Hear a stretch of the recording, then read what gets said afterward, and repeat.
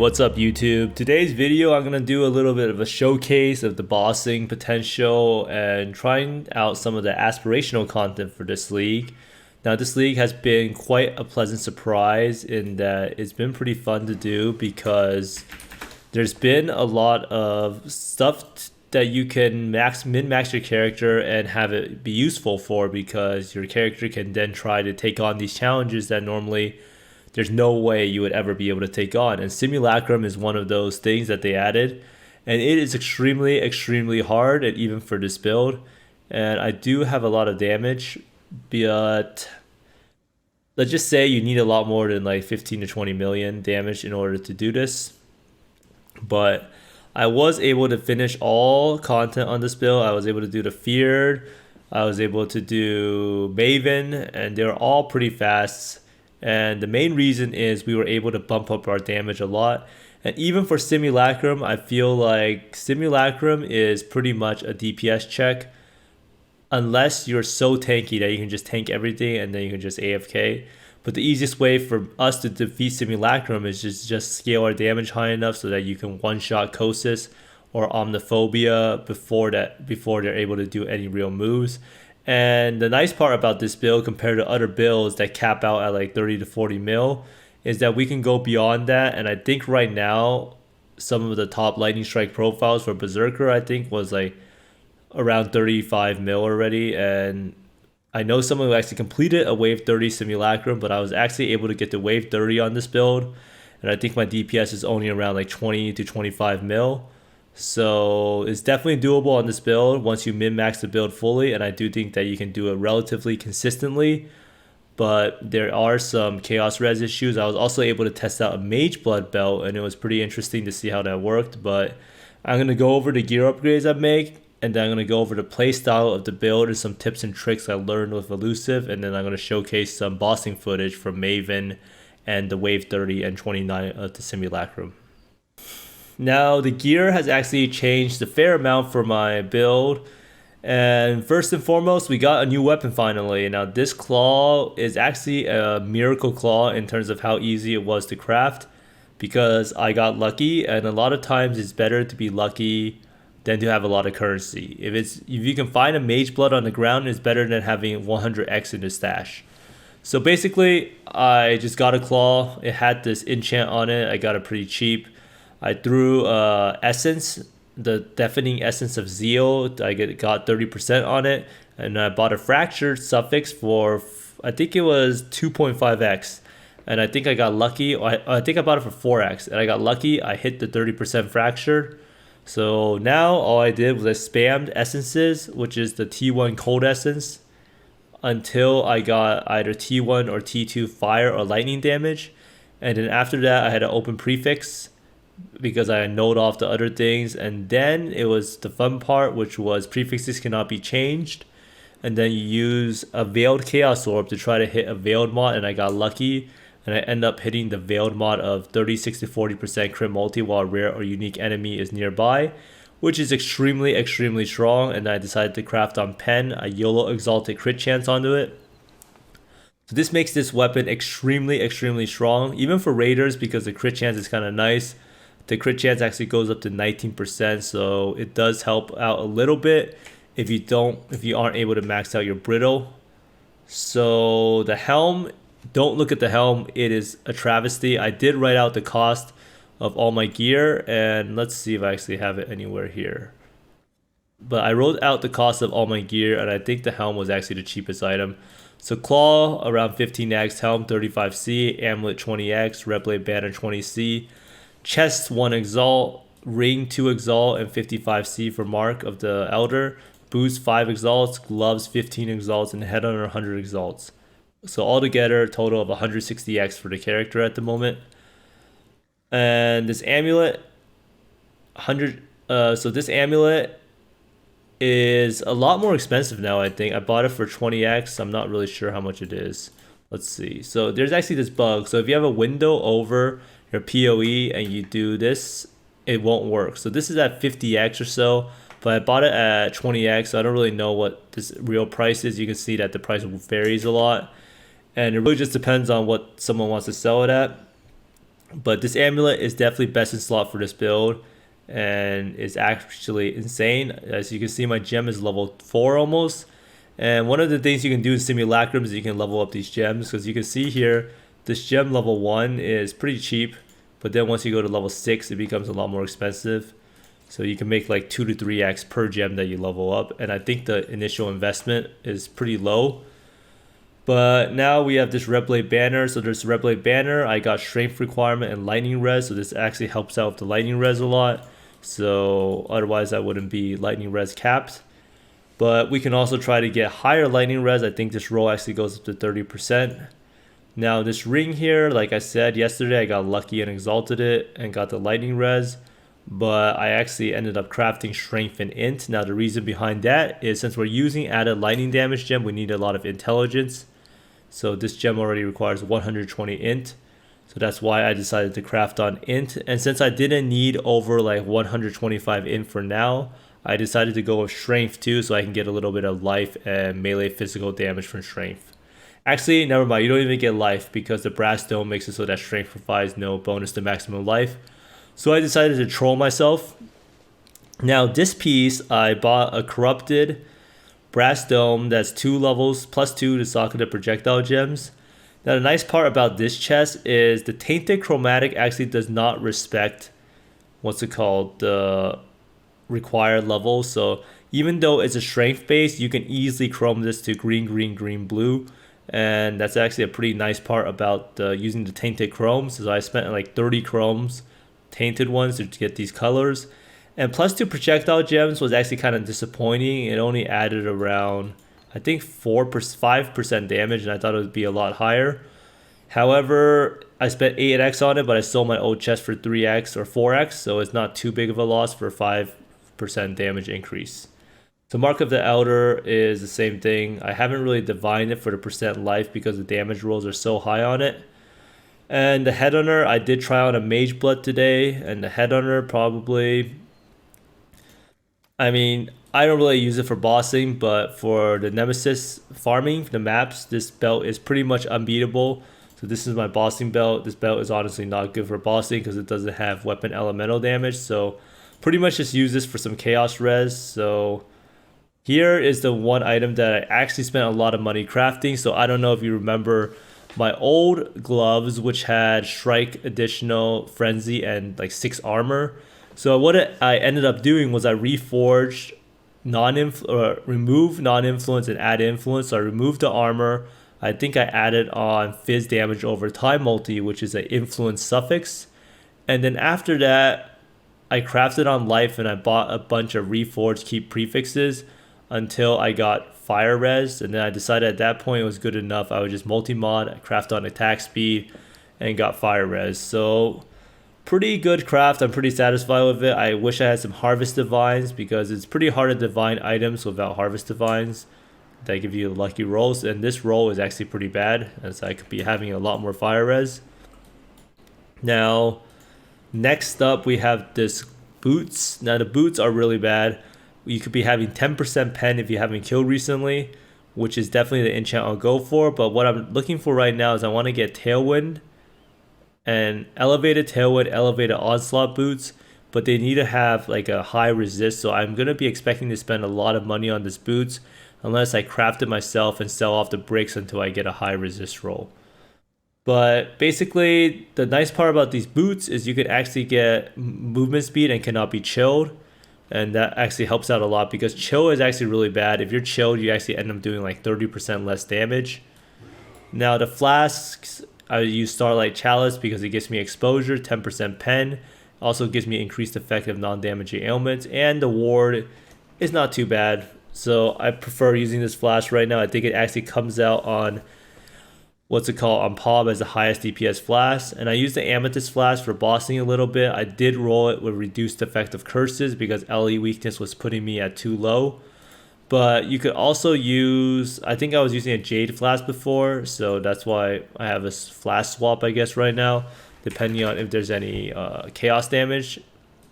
Because chaos damage actually destroys me. So that's why, but usually I would use a Jade flask and I'd probably roll it for reduced effect of curses. And here's immunity to shock. I actually don't really need this, right?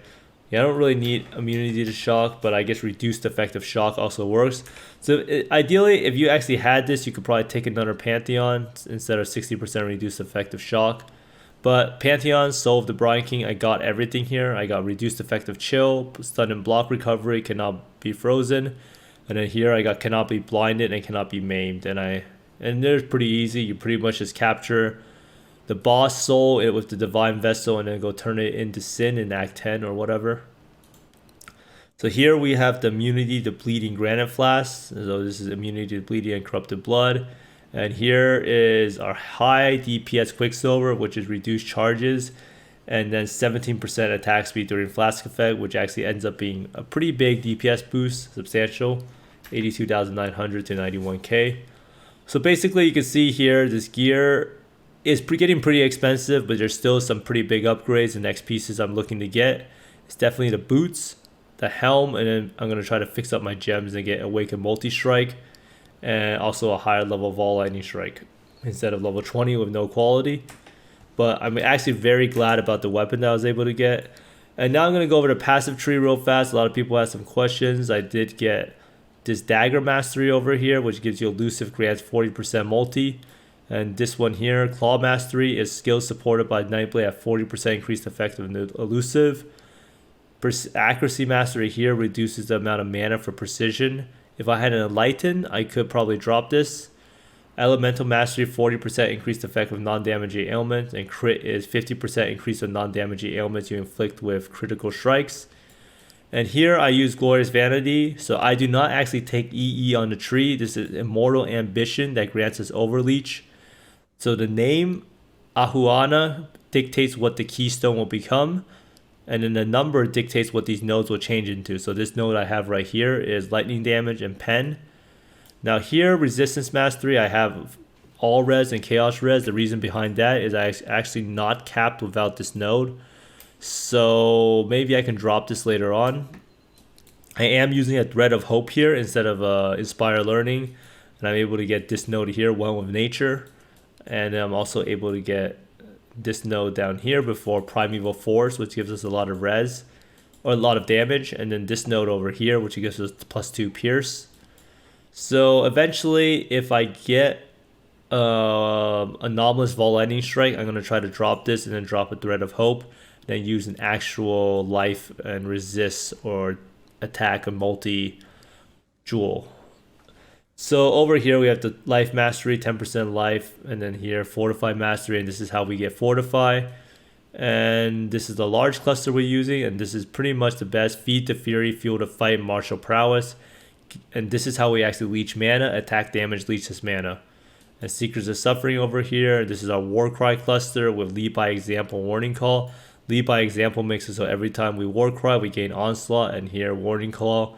Every time we Warcry, we get 100% increased armor. So overall, I really like this build, and it's all coming together.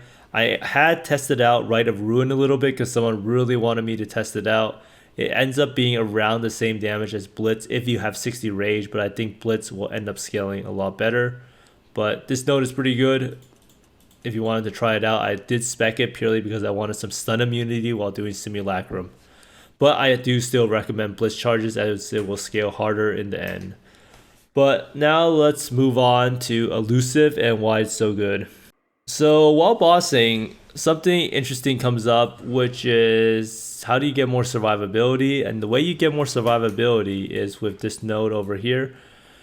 And you can see here, what does Elusive actually do? Elusive initially grants 15% chance to avoid all damage from hits and 30% increased movement speed.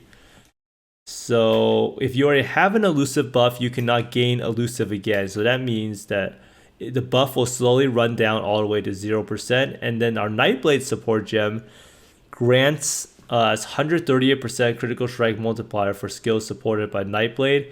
And this actually, scales with the Elusive effect. So that's why this node Elusive effect is so overpowered.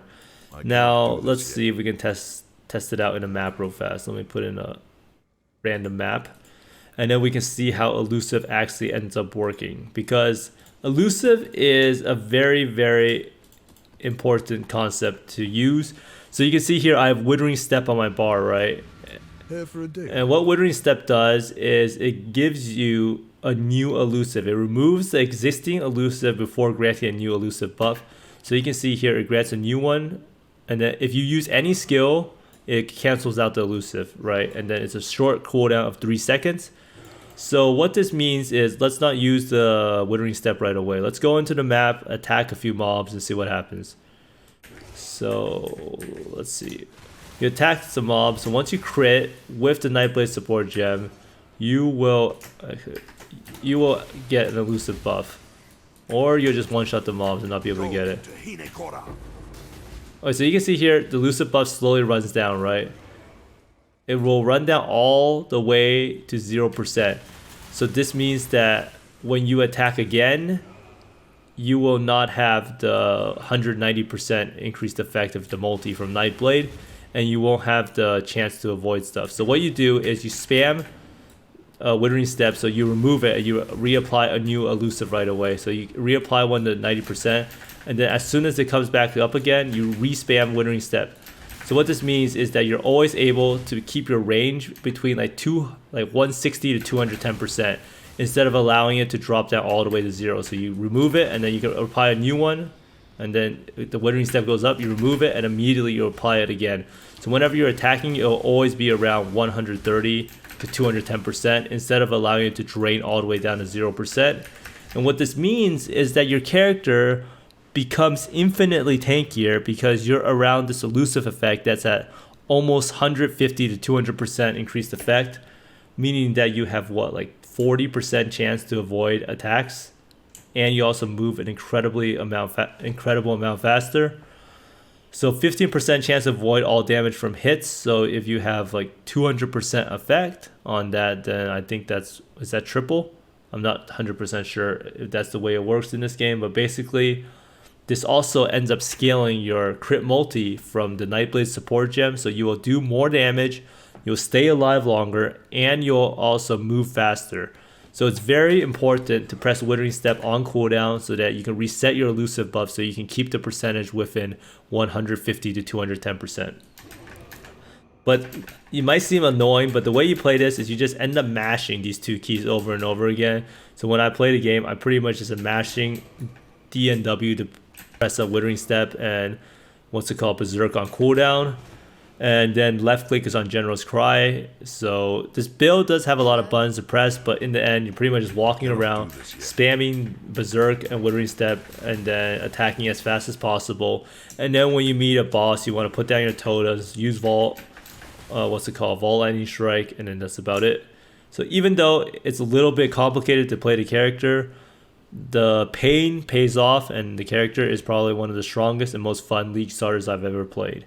But now let's showcase some bossing footage of the Feared. I did die a few times because I pretty much just tried to brute force it.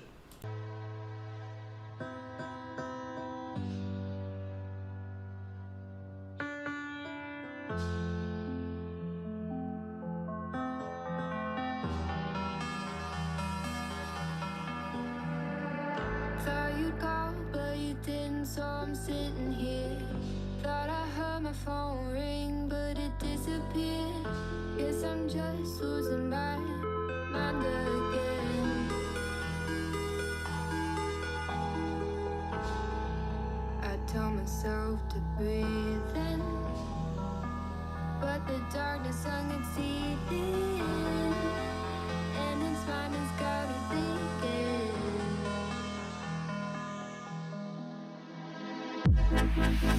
Sick and tired of feeling, so sick and tired of dreaming, 'cause I always wake up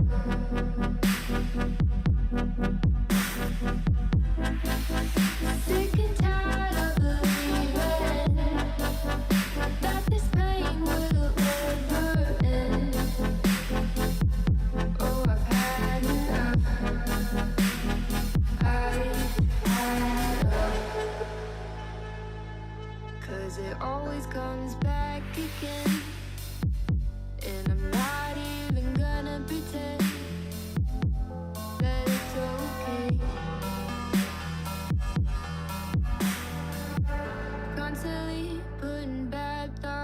can't replay.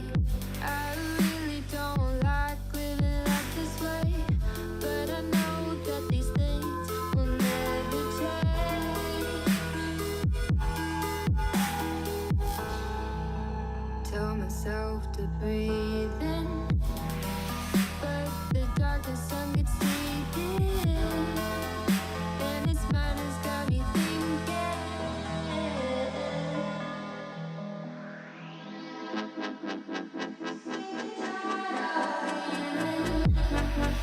So sick and tired of dreaming, 'cause I always wake up.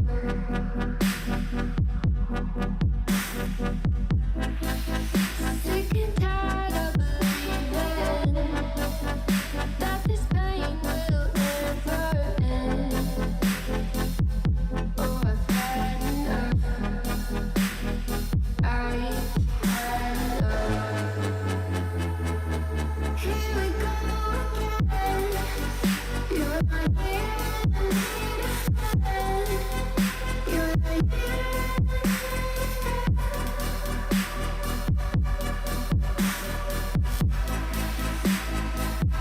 Here we go again. So now I'm leaving.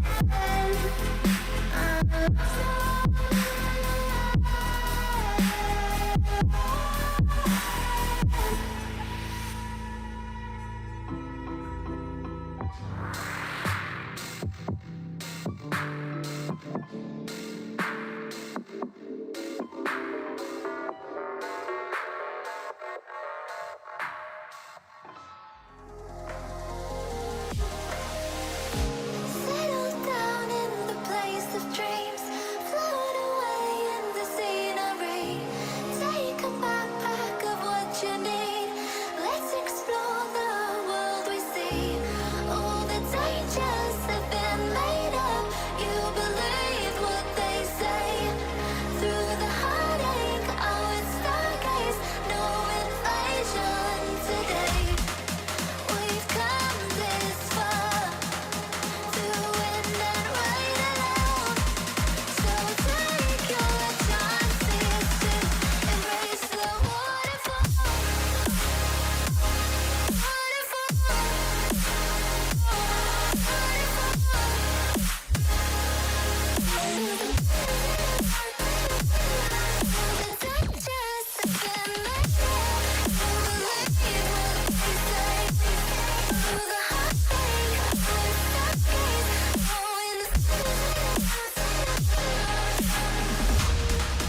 Are you ready for the cold? From my train to arrive.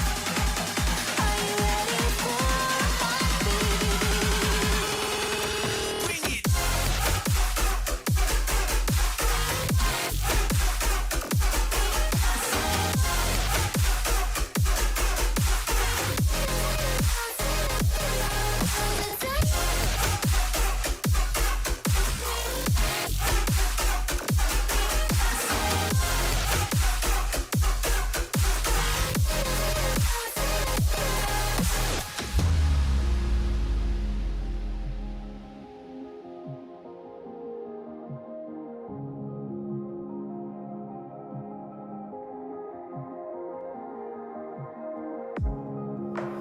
Waiting for time to defeat our demons, and there's a sparkle in your eye that believes in feelings.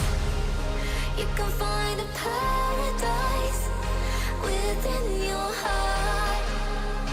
You can find what I despise within your mind.